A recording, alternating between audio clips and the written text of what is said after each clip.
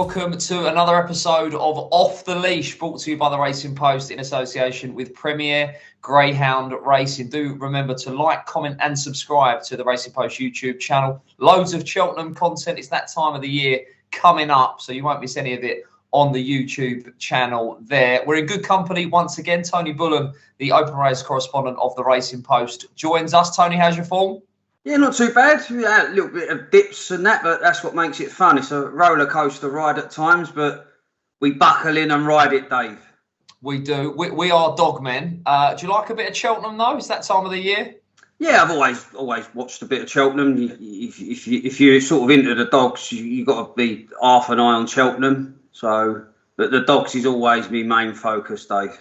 Absolutely, and I carried my weight last week. You've been the man firing all the winners, but we managed to get the nap over the line. Droopy's Eddie 2-1 into 5-6 in a golden sprint trial stake, and I'm sure there'll be plenty of chat about Droopy's Eddie as well. We had more top class action last weekend, and there's more to come this week. When this show was pitched to us, Tony, it was kind of like, well, yeah, we'll tackle the top class open racing as and when it comes. Well, it's coming every week at the moment. It's endless. It's like a printer that's just got endless paper, reams of paper, and it just keeps churning it out. Good, bring it on. There could be a few tweaks, but we can touch on that later. Bring it on indeed, and we'll go back to Crayford then, shall we? The two big races that we previewed last weekend, the £20,000 Premier Greyhound Racing Golden Jacket and the £5,000 Peter Bussey Memorial Trophy final. Now, we'll start with the Bussey over the 540 metres, a competition that has been farmed in recent years by champion trainer Mark Wallace. He had well-fancied Mini Bullet. We fancied Mini Bullet and Ritzy Empress in traps 3 and 6 respectively, Tony. But it wasn't to be. It was to be for a bitch trained by Nathan Hunt for the Nathan Hunt Racing Club, who ran ever so well just to qualify from her semi-final. She's been to the final of the Puppy Classic, semi-finalist in the Oaks, and now she stepped forward and landed a big prize. It was, of course, Allerdale Kazoo, and it was a good run as well. Yeah, it was a gut-wrencher for me. As I say, I thought Hopes Paddington might hold up the inside on the run to the first turn, and he did. He just moved off at the bend, but Mini Bullet, I just felt was going to struggle to clear, and I thought we was home. I thought once Ritzy Empress, the local, did front off, I thought she'd be very difficult to pass. I mean, she'd give it her level best, but take nothing away from Nathan Hunt's Allerdale Kazoo. She really knuckled down to the task throughout, and it was heartbreak for me. Right on the jam stick, I got caught, Ritzy Empress, but it was a good buckle up front. And Mini Bullets lost nothing in defeat, but I felt she'd have to work a little bit harder to control the inside.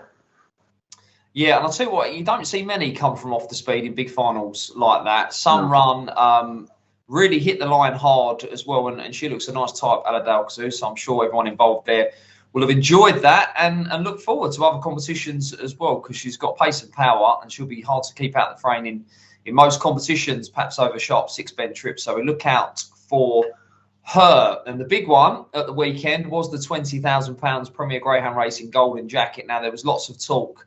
The big guns, Ballymac Taylor, I fancied Tfono Bella off the front. It was Havana Top Note that led early on, the Challenge Cup winner. But this was some run from the winner here, Dazzle Rolex, who timed it right for trainer Ricky Holloway.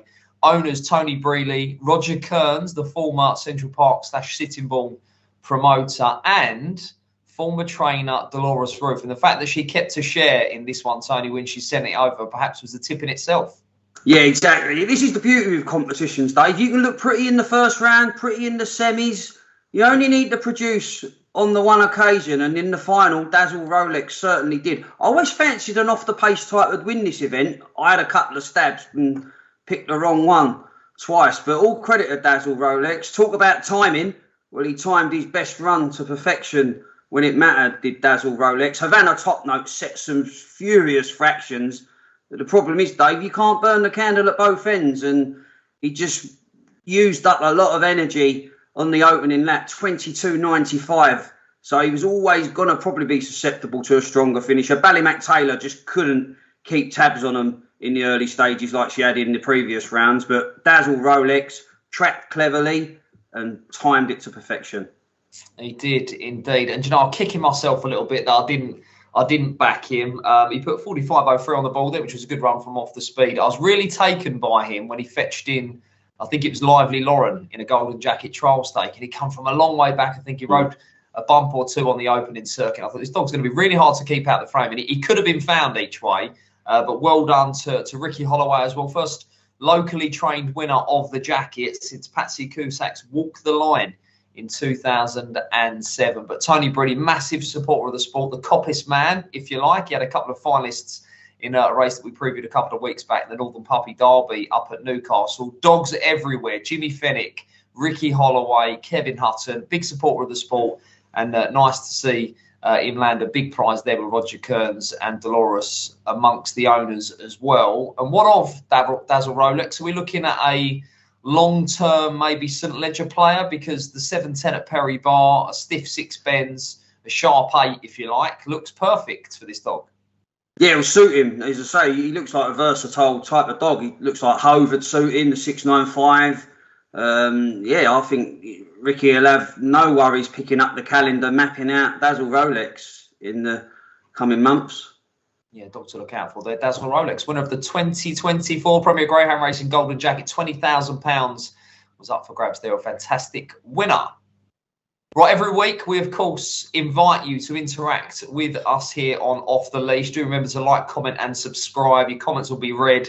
You can get in touch with us via social media as well. Now, it's been a little bit hectic, and we've missed 1 or 2 questions coming in, but I've dug one out from a couple of weeks ago. This was from John Burrow, in Lincoln. And John says, why was the Ladbrokes Winter Derby held on Saturday mornings at Monmore? And surely this is detrimental to the exposure of the sport. Now, this one will rumble on. Monmore have announced that they will, I think, run the Premier Greyhound Racing Puppy Derby on their morning meeting. They hold a double header on Saturdays, morning and evening always very well attended. What are your thoughts, Tony? They've tried something different, switched it to the morning. I wasn't there for any of the Winter Derby, so I can't comment on atmosphere, crowd numbers, etc. Feedback is that it wasn't overwhelming and it wasn't buzzing. What are your thoughts? Yeah, that's a question I've been asked quite a few times in recent years, to be true to you, Dave. I've always been old school. I mean, I frowned when the Derby was run under daylight. You've got to run under night. It's a better atmosphere. The night time, that's dog racing. And like I always thought the Derby, when it ran under daylight, it was criminal.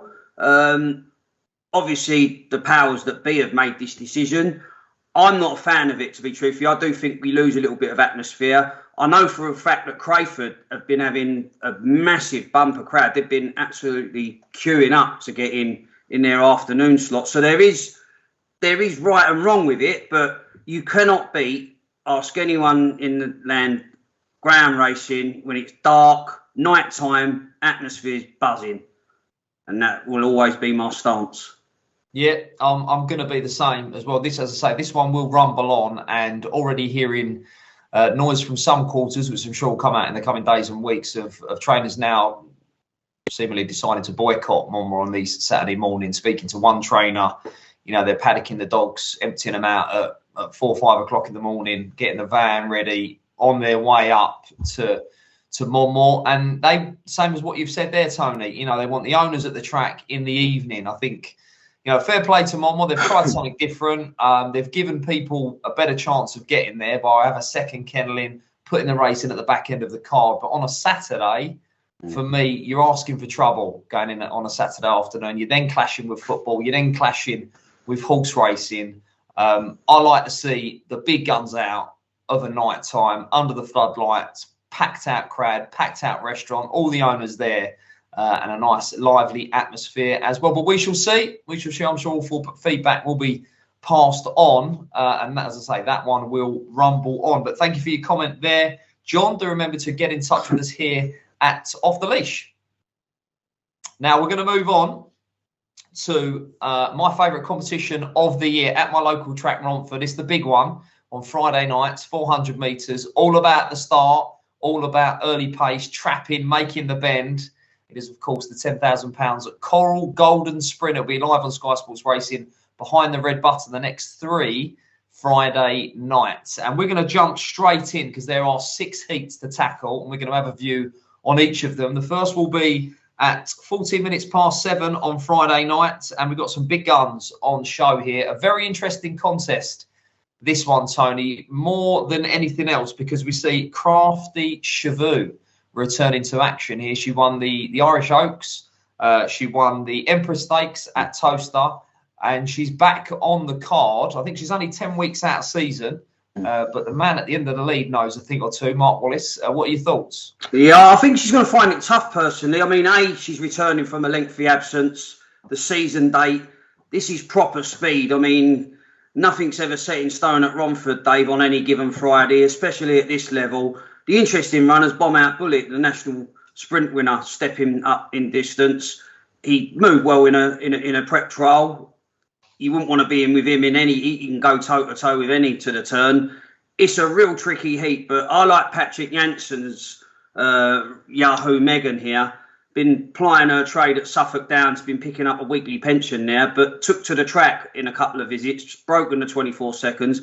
Patrick only branched out on his own in 2014, and look at his record. I think he's won 3 of the last 4 run-ins of this, and he's had a finalist in every one of these events since 2017. So he knows what dogs to bring to Romford, and I think Patrick will continue his good record in this event. What you've been getting up to, doing your homework, right? You know there's a little bit of golden sprint trivia coming at the end, and you've been doing your homework, right? Always do, mate. Always do. Right, okay. Maybe I won't catch you out then with some of the questions a little bit later on. I wish I'd seen Bomb Out Bullet's trial. I've got to say, I tried to find it. It's not on YouTube. Couldn't find it anywhere. He trialled before racing last Friday. He put a 24.14 on the ball, which is decent enough. I expect him to step up on that. And I'm going to go with him. I'm going to take a chance with him in track 2, it just to get up the inside of Yahoo Megan. I don't really know what to make of Crafty Chevaux, if I'm honest. She's obviously very talented. I was so taken by her effort in that Empress Stakes when there was lots of argy-bargy. She didn't get off the front like you probably thought she'd needed to. And she dug deep to score. Will the 400 metres be her bag? Well, we'll see. And the 14 times champion trainer knows a thing or two. So we'll see how she goes. She's in track 4 there. 2 for me, 3 for Tony, Yahoo, Megan. Right, we will move on then to a tricky second heat, which will be the 7:32 here. I think 5 and 6 will be stepping inside here, but I was very taken by Stone Park Champ at Monmore. Put a 28.22 up on the board, trapped, showed speed to the corner, and I thought he could get across here at the bend, but this is a race fraught with danger. I don't really know what to make of Romeo Firebrand on the inside. Bombay Zero is very impressive, winning a minor final last week. I think this is one of the more open heats. How do you see it, Tony? Yeah, it is a tricky heat, this one. The Romeo Firebrand, he's a real heavyweight of a dog, 37 kilos. The problem is he fluffs his start quite often. He's a very pacey dog when he gets it right, but more often than not, he mistimes the start. And I thought all roads left to clear for Bombay Zero, if that is the case. Bombay Zero's got a nice bit of all-round pace, and he showed that last time out. He claimed a few decent sculpts, and you've got to get out of jail free card with Bombay Zero. He's not necessarily a smash and grab type of dog.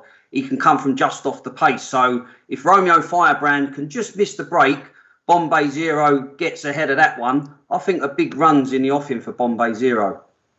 2 for Tony then in heat 2. I'm going to go with 5, Stone Park Champ. I think there's more to come from this one.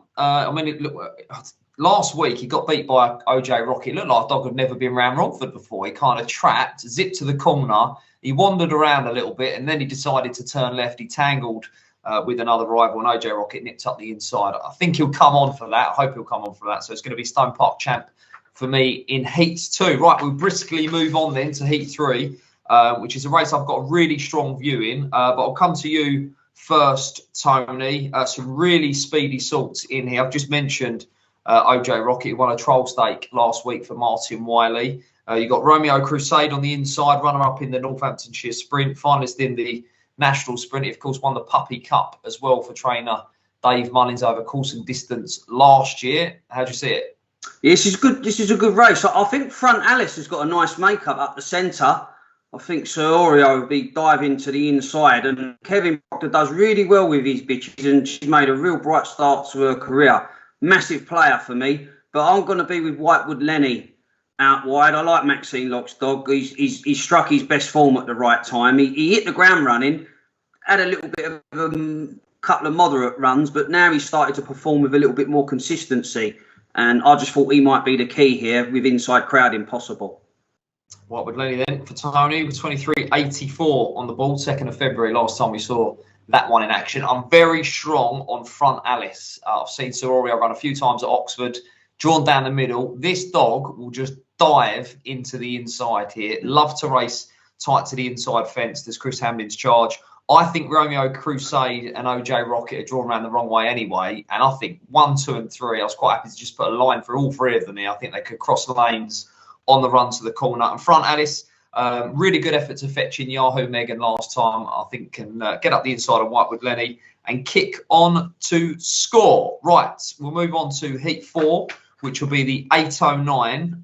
Road Seagull on the inside. Cunningar Usar, who was very impressive 2 starts back when beating Betty's Jack. Indian Bob in 3. Aero Convoy really run well, fetched in by Droopy's Eddie on the comeback trail. That one. Burgess Coolio in 5. And Droopy's Eddie goes in 6 here. Now, we're taking a little bit of VT here as well, because this was quite pertinent, because Aero Convoy and Droopy's Eddie reopposed. They went in 4 and 5 last week, respectively, and Droopy's Eddie came through to score in 23.77. Really nice type for Maxine Locke. It's the final of the Puppy Derby at Toaster. Really good Puppy Derby as well, back end of the year. And this dog's certainly capable of going deep in this event, isn't he? Yeah, I think connections of the first and second would be absolutely cock-a-hoot, Dave, because Aero Convoy was having his first competitive start of the year and he was ready to run, but his trial suggested he got out of the boxes. But this Droopy, he's a real, I know you're a big fan of the dog, but this was a real likeable performance. As you say, an easy 4 bends. He's strong. He's strong over the fact that he reached that puppy event, Puppy Derby at Toaster. And this was a real gutsy and determined effort from Droopy's Eddie. Aero Convoy will strip fitter, but I just thought 6 will confirm superiority. Road Sea Gun's the fly in the ointment, but prefers a longer run to the turn. I'm not sure the run to the bend at Romford's quite long enough for Road Sea Gun. Yeah, really good effort. 26.97 at Oxford last time. I'd agree with you there as well. That nice long run to the turn. Big pace on the inside there. But yeah, you've called it. I'm going to nail my colours to the mast. Big fan of Droopy's Eddie. And he's got a nice draw here out wide in trap 6. He did it well to beat Aero Convoy, who I hope goes really well, actually, for the PCS Legal Syndicate. Stuart Fallsdyke, top bloke, and he puts so much into the sport in terms of sort of breeding, owning. He's been part of the British breeding scene as well in the past. So I know Romford is his local track as well, much like myself. I've seen Stuart over there many times, and I'll be hoping that his Aero Convoy can go deep there, and might be one to maybe have a look at each way in the outright market as well, because although it was fetched in by Droopy's Eddie in the trial stake last week, he's quite a strong salt over the 400. Will strip fitted for that, and I think will be hard to keep out the frame. But all aboard the stripes there. Droopy's Eddie to do the business in heat number 4. We move to heat 5 then. We are going to take in a little bit more VT as well in a second, but I'll give you the rundown because Druid Say Go, the anti-post jolly, goes on the inside here. La Gitana in 2 for Patrick Janssens. Leave You Glory in 3. We've got Leah Sala, Hell of a Valentine, Brinkley's Ginger as well in 6. The top's going to be short here, Tony, right? Yeah, rightly so as well. I mean, she's taken a real shine to the track. I mean, there's dogs that break the 24-second barrier and there's dogs that break the 24-second barrier. And Druid Sago obliterates the 24-second barrier. 23.60s on a couple of occasions. She's a nice sized bitch. I think drawn bang on her house suits, even if she's drawn 2 or 3 suits. The draw's worked out okay. I know she's got kennel mate La Gitana, who's a pacey individual on the immediate outside, but I think Druid Sago throws down a marker here. Yeah, well, let's have a look at her in action then. We go back a few runs. This was at a trap one as well, 23.72. Good race as well. This was a standard final. Cosmopolitan was in 3. Sioma Paws was in 4. But she's quite versatile, this bitch. She's done it out of 1 here. She'll need to do it out of 1 again, but she's 1 out of 2. She's 1 out of 3. And she's certainly got that zip into the corner that you need at this level. Yeah, 365 sectionals at Romford. You do 365 splits nowadays. they're very good. I mean, back in the day, they was quite commonplace, but you're getting under that 370 marker, you're going good to the turn, and that's not even to the turn. So Druid Sago is nice, versatile, balanced bitch. What I like about her, she looks strong. I know she was pegged back by Zumi Sersha over course and distance, but she had to work hard to get to the front. But I think she's a strong bitch when she gets on the bunny, and it'll take a monumental effort from any in this event to pass her if she gets on the skin. Yeah, she'll take no finding there. There's going to be 2 votes for the red. What sort of price we're looking at? Your tissue would be pretty strong. I'd expect that to be near the mark. She's obviously going to be odds on. 2 on? Yeah, I'd start at 2 on.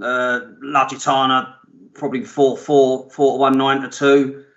Big prices, the rest. I suppose 6 has got that 23.62 over course and distance last year, but bit of inconsistency for Brinkley's Ginger. So yeah, I'd be starting at 2 on if I was pricing it.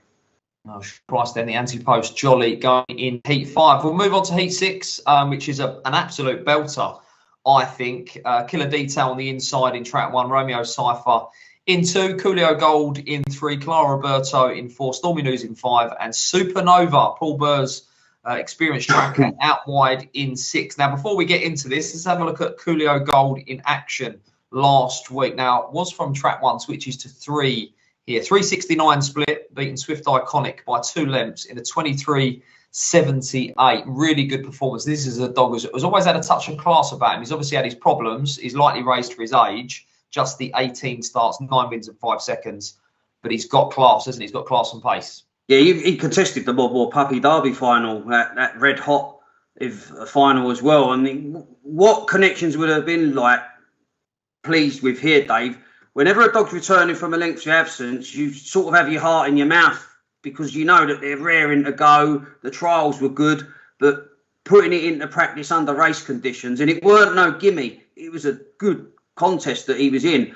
I just like it. They took him to Oxford, and I just like the way that he sort of glides round the bends, and he's got a nice bit of middle pace nowadays, and this is a real tough race for him, but I think he can pass it. I think the middle draw won't be an inconvenience. I think this is a fascinating race. Sounds like you're going with Coolio Gold. Yeah.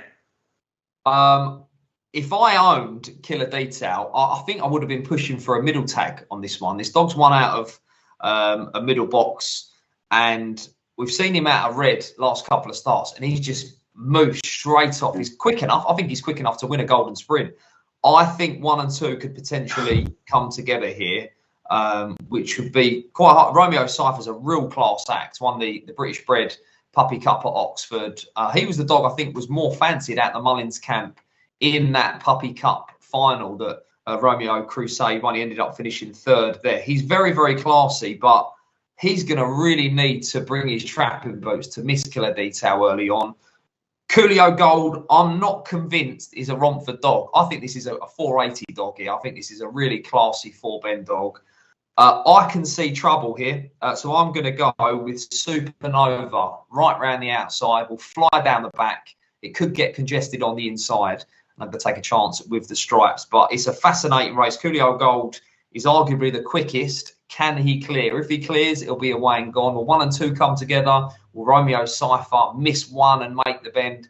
Great race to look forward to. That one, the 8:44 at Romford. Right, we will have a look at the outright market as well. But before we do, I promised you a little bit of trivia. Now, it sounded like Tony had done his homework. So if you just reel off the answer straight off the bat, I'm going to be really disappointed because you've seen the running order and you've clearly cheated. I didn't see the running order. Right. Last 10 run-ins of the Golden Sprint at Romford. Friday nights, all about the pace. £10,000 up for grabs this year. How many winners in the last 10 years have been seeded runners? So you can have middle and wide coupled here. How many have been seeded? I don't think there's been many. I'd say 1. There's been 3. Oh, right now. Loch Messi, Droopy Story, and Raoul McCoy there. And the other question is, so we know there's been 7 railers win. How many have come from the red jacket? I think Clondotty Alex did. Was Union Jack. Droopy's good last year. I'm going to take a chance to say 4. All 7. Really?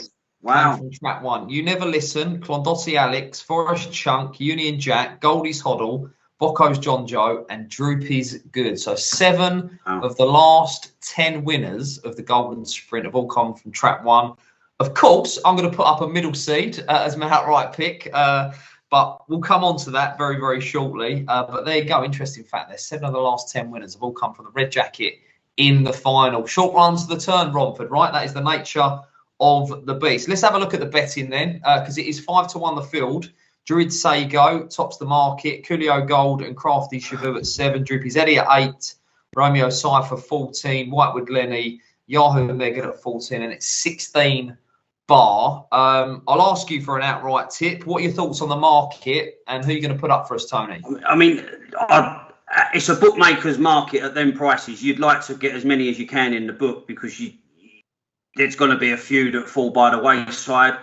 I know she's short at 5, Druid Sago, but if you factor in the way the draws worked out, I think she's in the semis. So as much as I would have liked a little bit more juice in the price. I'm going to be with Druid Sago, but I will put up Supernova as an each-way play. He's going to need help to win the event, but he could keep qualifying.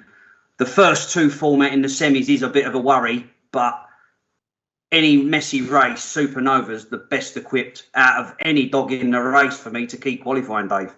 Yeah, each way, yeah, seeded dog. I'm going to be similar as well to yourself. I'm very strong on front Alice in the first round. I think she's the best draw runner on the card at Romford on Friday night. And I think if she were trained by a Mark Wallace or a Patrick Janssens, she'd be 10-1, maybe 8-1. She's 25-1, trained by Kevin Proctor. Got to play her each way. I think she'll win on Friday. And I think she's good enough to go to the corner with any of these. Now, obviously, the nature of the beast, something might get up her inside. I've mentioned the record of railers in the Golden Sprint final, but I think she's good enough. I really liked her effort overhauling Yahoo Megan last time. She's not a one-trick pony. Now, don't get me wrong. She's not going to come from 10 from off the speed to swoop late to score. You just don't do that at Romford. But I think she's got enough about her to go to the bend, compete, and at a big price, I'll take her each way at 25-1. Right, it is nap time. Best bet of the week. Then as I mentioned a little bit earlier on, I pulled my weight last week with Droopy's Eddie, 2s into 5-6. That was over, of course, the distance at Romford, of course. Reappears, but I'll let you have the honour this week. Tony, where are we going? Yeah, I think the Chiltern Sunny in the Romford Friday Night Maiden final in the 902. This bitch, I saw her win last year, back-to-back races in a D4 sprint. She won. We're sitting there watching plenty of D4s at Harlow. Normally they're run of the mill, but I thought you look half decent. She was left off the card for a month and a bit, came back, held her own in D1, and then she trialled for this event, done 24:49.20 slow, but coming from off the pace, and then found 9 spots to the line, 23:81. I think a reproduction of that. Good night. And that's on the supporting card at Romford on Friday night. I'll just check the time. I think it's the 9:02 that Chiltern Sunny is in there. So Tony's nap is at Romford, but it's not in the Golden Sprint. It is in the 9:02, the Friday night Stayers final there. Chiltern Sunny in track 3. My best bet of the week, I've already mentioned. I've been banging the drum for front Alice throughout this show. I think she'll win on Friday night. She's my outright pick for the Golden Sprint, and she's going to be my nap of the week as well. I think we might see a fair price. She's got a great draw in track 4 in her heat. Sororio will dive inside from 3. I think 1 and 2 could come together, get up the inside of Whitewood Lenny at the corner, and I think front Alice will go well and hopefully do the business, carries this week's nap. Thank you, Tony, as ever, for your expertise, and we look forward to the action at Romford on Friday night. It's going to be fantastic, right? Brilliant. I mean, be a few hard luck stories when you got pace like that going to the turn, but let's hope there's clean run races and the best dogs or bitches win. Yeah, zero margin for error as ever in the Golden Sprint. Remember, you'll be able to watch all that action live on Sky Sports Racing behind the red button on Friday night.